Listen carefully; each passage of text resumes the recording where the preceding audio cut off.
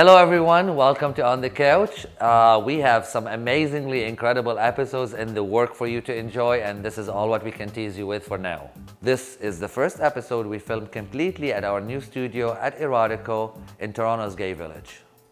Thank you to the generosity of owner George Pratt for allowing On the Couch at Erotico. Today is the sports episode. Being LGBTQ in sports has challenges.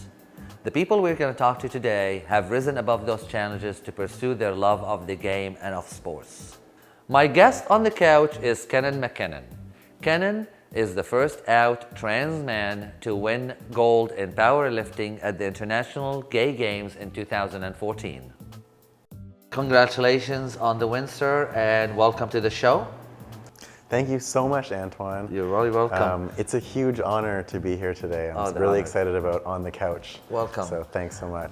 Tell us about the win. How did that come about? What's the story? Yeah. So early on in my transition, I was getting really into lifting weights, and then I heard about the Gay Games. I looked up to see what sports they had. They had powerlifting. They had a trans inclusion policy, and so I was like, I'm there. Nice. How did your start in sports start? Like when you were younger, how did that all come about? Yeah, I've been a competitive athlete for most of my life. Okay. My big sports when I was a child were freestyle skiing and snowboarding. Oh, nice. I represented Nova Scotia at a number of national competitions, and I even won a gold medal. And I used to be sponsored by Burton Snowboards on the Atlantic team as a female snowboarder. Okay. Yeah. And then you transitioned, and then you did this. Okay. And now I'm here. Okay. What's next in sports for you, Kinnon?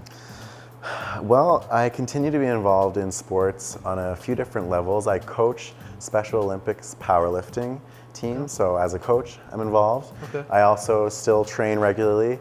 I have a back injury right now, though. Oh. So I'm a bit So you taking time injured. Yeah, I'm still doing bench pressing, so I'll probably do a bench press competition soon, but generally just trying to get more LGBTQ people involved in the sport. Okay, we're going to take a little break and join reporter Kat Grant, and we'll be right back.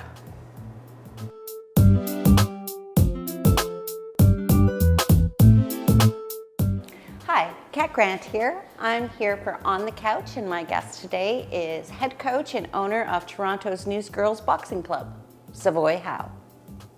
Welcome, Savoy. Thank you so much for coming. Thank you for having me. Our first question today is, everybody's wondering how you got started. Well, I had just finished my theater degree and moved to Toronto, and was coming out of the closet at the same time. I'm from a very small town in New Brunswick, so I came to Ontario to come out of the closet. And this was 30 years ago. There were a lot of stories of gay bashing, and I had a lot of big plans for this city, and I didn't want to be walking around afraid, so I thought I better find some form of martial art or self-defense. And one day I saw an image in the newspaper of a woman wearing boxing gloves. And I had never seen those two images together, a woman and boxing gloves. And it was kind of like a light bulb went off, because it was the first time that I saw that that was actually an option. So 4 days later, I walked into a club called the Toronto Newsboys, and 24 years later, here we are.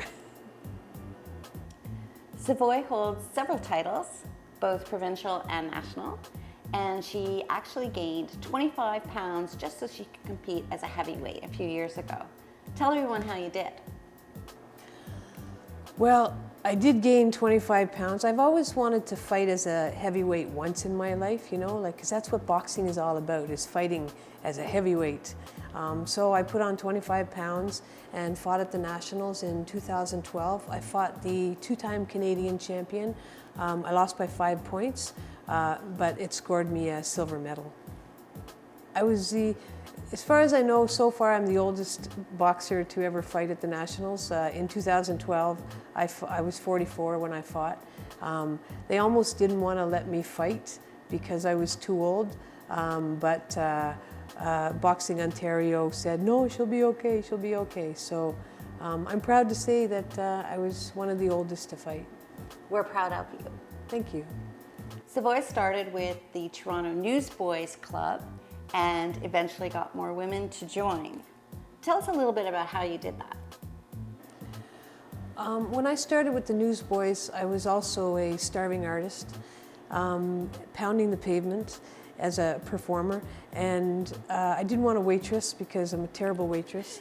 So I wondered if I could convince a few women to pay me to teach them how to box. So I designed a poster, and it had a picture of a woman, superwoman, and with boxing gloves pasted on.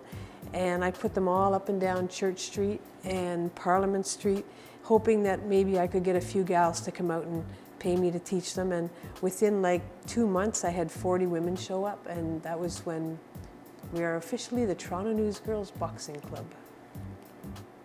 Recently, a fellow from the States who runs an organization called Return of Kings was here to do a seminar, which is basically about how to rape women. You got wind of this and did something absolutely incredible by organizing an event. Can you tell everyone what you did and the results? I have been hearing about Rouge V for, well, I call him Rouge Bag, for about 2 years. And when I heard he was coming to Toronto this time, I thought, we have to show up. We have to get our women together wearing boxing gloves, show up at the park just to make a statement that this is not acceptable.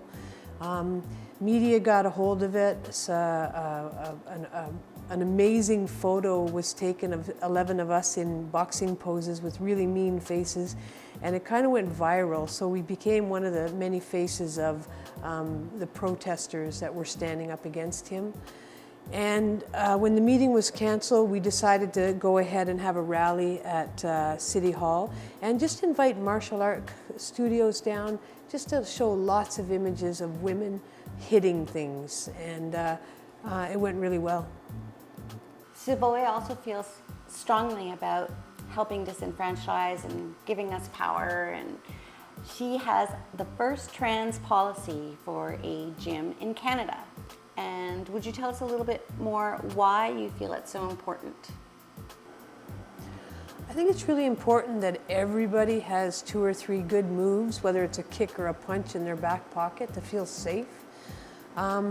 We put a trans policy into place in 2012 just so that the trans community would know that this is our policy. If you come to our gym, you will be 100% safe, because we were hearing so many stories of trans people not being able to go into gyms just to work out, right? And as you know, physical fitness is such an important part of staying healthy in all of the different ways we can stay healthy. Savoy also runs a Facebook page that's all educational about trans issues and education. It's called Bow Tie Fridays, hence the lovely bow tie. And you're all encouraged to wear one and buy one and help support her. Tell us a little bit about that. Sure. This is my one of my favorite satin white bow ties. And we started Bow Tie Friday about a year ago. At that time, I was working with a bow tie company called All Jacked Up, and they really helped, kick it off the ground. And basically, it's a Facebook page. We post about 3 positive articles every day so that parents of trans people, allies of trans people, people that want to learn more about it can access the articles and just learn about, how to support the trans community. And it's been fabulous. It is fabulous. Thank you so much for coming in today and speaking with us, Savoy. Thanks for having me.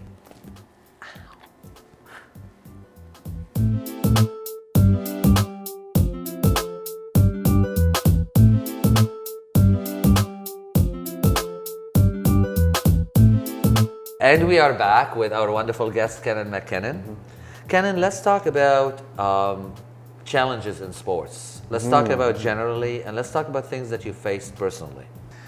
There's a large amount of research that actually tells us that LGBTQ people are experiencing significant barriers for participating in sport in all sorts of levels, in amateur, in competitive. So it's really quite disheartening to know that our community is facing these challenges. So for instance, there's studies in Canada and globally that tell us that LGBTQ people are experiencing homophobic or biphobic or transphobic slurs while they're participating in sport. What about things you personally faced? A story maybe you can tell us? Participating in skiing and snowboarding in the past, I would hear sometimes homophobic slurs, "that's so gay," "fag," these Wow. types of language was quite pervasive. I can't think that Yeah. that would be good for somebody who's trying to compete. So how did you take those challenges, and did your advocacy? What kind of shape of advocacy did you do? Yeah, I feel like it's very important to speak out about these occurrences in order to capture some of the public's attention and draw attention to these barriers that LGBTQ people are facing, so that we can move forward as a community and as a country in order to make sport more inclusive for everyone. Because I think our community misses out on these opportunities. All right. Let's touch a bit on those notes. Human rights, community building, public health as part of sports. What are you able to tell us? Yeah, so I guess one great example is just last week, the International Olympic Committee had released a new trans inclusion policy in which Wonderful. athletes can actually compete now without having sex reassignment surgery. All right. In the past, trans athletes had to have specifically genital reassignment surgery in order to compete, which is a huge human rights violation. There's also a great initiative that's called You Can Play, Okay. and it's based in the US, but it's all about talking about LGBTQ athletes, professional athletes that are coming out, and I think we're seeing a lot more of that, and I think that'll help in terms of progressing the issue. Wonderful, wonderful, good to hear. You're not only a sports guy, you're also an academic guy, and a smart one. What's your background in academia? Well, I like to call myself an activist, an academic, and an athlete. Nice. And so I'm actually, I'm a A PhD. double threat, a triple Yeah. threat. Exactly. Yeah. I'm a PhD student in public health at the University of Toronto. Oh, wow. And I'm in my second year, and I study access to services that will improve the health of LGBTQ people. Part of that work is also around looking at physical activity or fitness interventions for LGBTQ people as well. You're an inspiring guy. We are going to take a little break again, and we're going to now join our reporter, the wonderful Christine Newman, and we'll be back.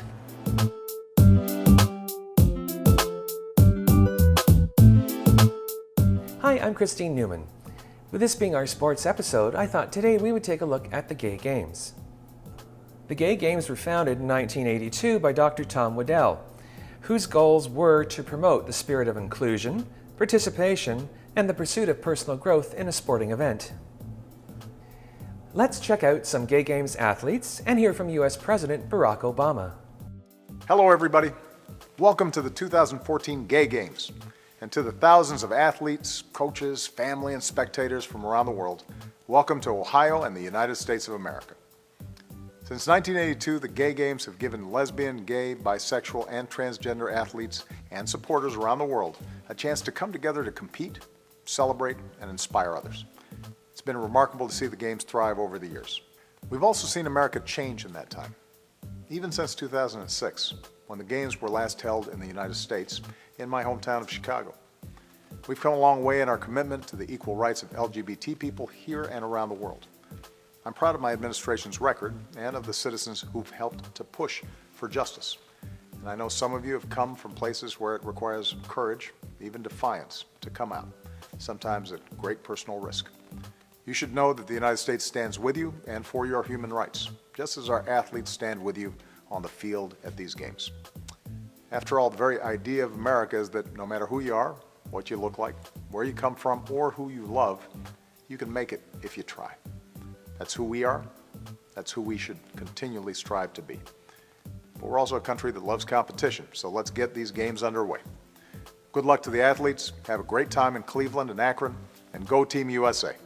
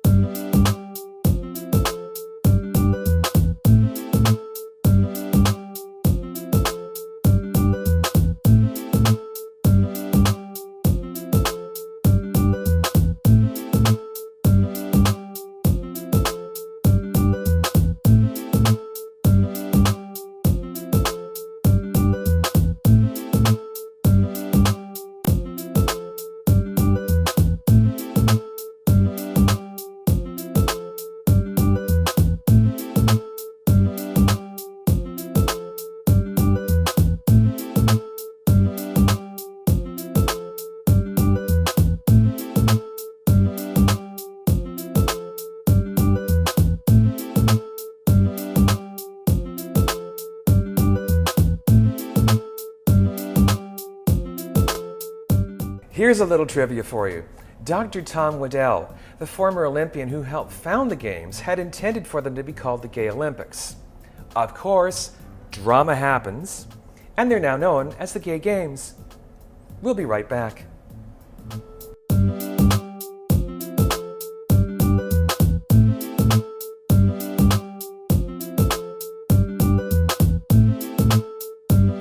And we are back, lovely viewers, and we're going to get to know Kinnon a little personal, on a personal level. Where are you from? Let's start I'm with from Antigonish, Nova Scotia, small town. All right. I think on Facebook I saw that you were there for the whole summer or something. I was for the last 3 months. Family there? They still live there, yeah. Okay. Is that where you grew up? It is, until I was 19. All right. Yeah. Okay. And then you came to Toronto. Do you live in Toronto? So you do live? Okay. So you I live here. Okay. Yeah, I've been living here for 8 years, Okay. 9 years. Beautiful. Kinnon, what inspires you? I think people inspire me generally, people around me. I tend to be surrounded by just a number of really inspiring people from the community and family, friends, just people in all forms. That's beautiful. What makes you happy?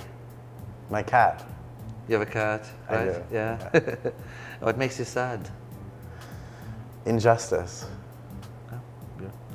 Your hopes for our LGBTQ community? It's for equality, it's for social justice, it's for improving quality of life.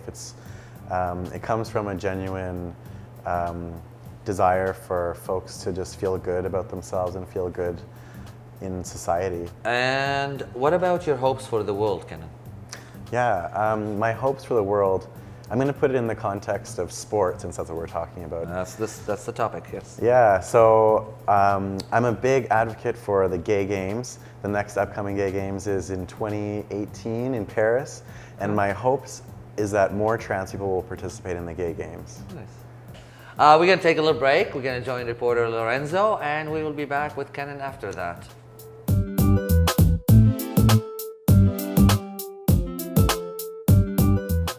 Hi there, I'm Lorenzo Pagnotta, and I'm very excited to be here today with award-winning yoga teacher and divine wellness coach, Paul Galloro. Paul, thank you very much for joining us today. Thank you so much for having me.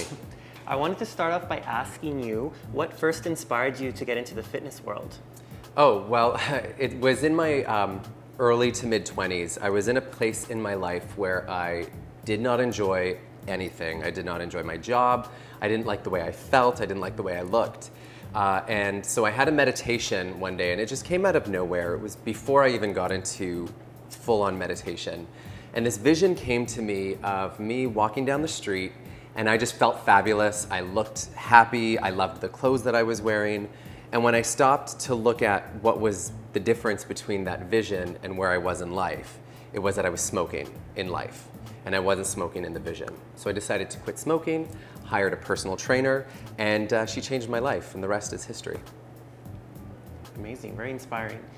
I wanted to ask you if you've had to overcome any challenges being a yoga teacher. It kind of feels like my entire life has been a challenge leading up to this, but what's awesome is that yoga gives us tools to overcome these things. As a professional, as a yoga teacher, I find a lot of people don't see the value and take yoga seriously. That was one of the biggest challenges in the beginning, but that's changing now, which is great. But a lot of people think more like hard impact stuff is more beneficial than the stopping and feeling our bodies. Do you have some exercises maybe you could tell us a little bit about that would help people at work, let's say? Definitely. Actually, what I'll talk about is going to be beneficial for everyone, everywhere. Doesn't matter the time of day or what they're doing. So the first thing is to make sure that we're breathing deeply. So we're sitting up nice and tall with a long spine, and then having one hand on our belly, one hand on our chest, and just breathing deeply and slowly. Doing that at least 4 or 5 times starts to get our brain to think in the direction of relaxation. And when we think in the direction of relaxation, our body starts to relax physically. The next thing that we would add to that are spinal movements. So rounding our spine forward and then extending our chest up and back is going to be really good with opening up the energy in the front of our body, especially in the winter time, especially if we sit at a desk a lot where we're rounded forward.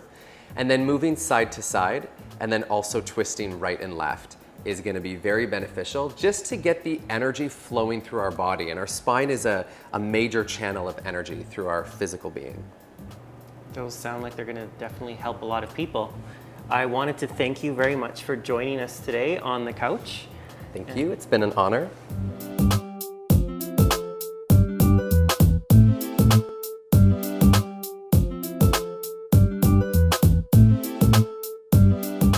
Hi, I'm Christine Newman. And I'm Lorenzo Pagnotta. Since this is our sports-themed episode, we thought we'd share a little bit about our own personal connections to sports and fitness. Fitness at my age? Lorenzo, thank you for being with me. No problem. What was it, I'm curious, that got you into the whole personal fitness, personal training realm? Well, it's a bit of a long-winded story. I've had a membership at the gym since I was 12 years old. I started off at the YMCA, and I've always had a gym membership all the way throughout school. I played sports growing up. I don't think I was particularly good at sports, but I really love weightlifting. So eventually, I ended up going to a career fair, and I thought I was interviewing for a sales position, but it turns out it was a personal training career fair, and I talked to him a little bit about how I was actually planning on doing a certification in personal training, and how much I loved, coaching. And I ended up actually becoming a personal trainer very quickly and absolutely fell in love with it. So I've been doing that for a couple years now, and I love it. I work with people of all ages, and I help them feel better and stretch and improve their weightlifting techniques and make fitness a part of their everyday life. Excellent. Well, that's a little bit about me, but what about you, Christine? What does fitness mean to you? And are there any types of fitness activities or sports that you enjoy?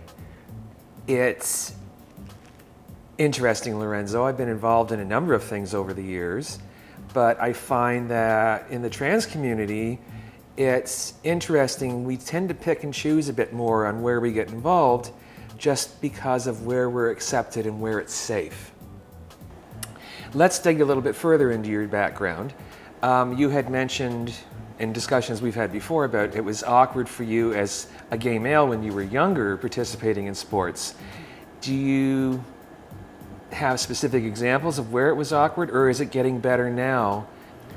Well, I think it's a matter of being yourself, and that's very hard when you're not able to, and so it does affect your performance. It does affect your athleticism. So I definitely do think that as you're able to be more open about yourself, you're going to have a good time, playing sports, and you're going to have an enjoyable experience in fitness and get the results that you want. So overall, yeah, I think a lot of things are changing, and on the coaching end of things, it's very hard to have such close personal relationships with people if you're not authentic. And so I choose the appropriate times and the appropriate circumstances to be out so that I feel safe and comfortable. But overall, I think it's important. I'll see you at the gym. Back to you, Antoine.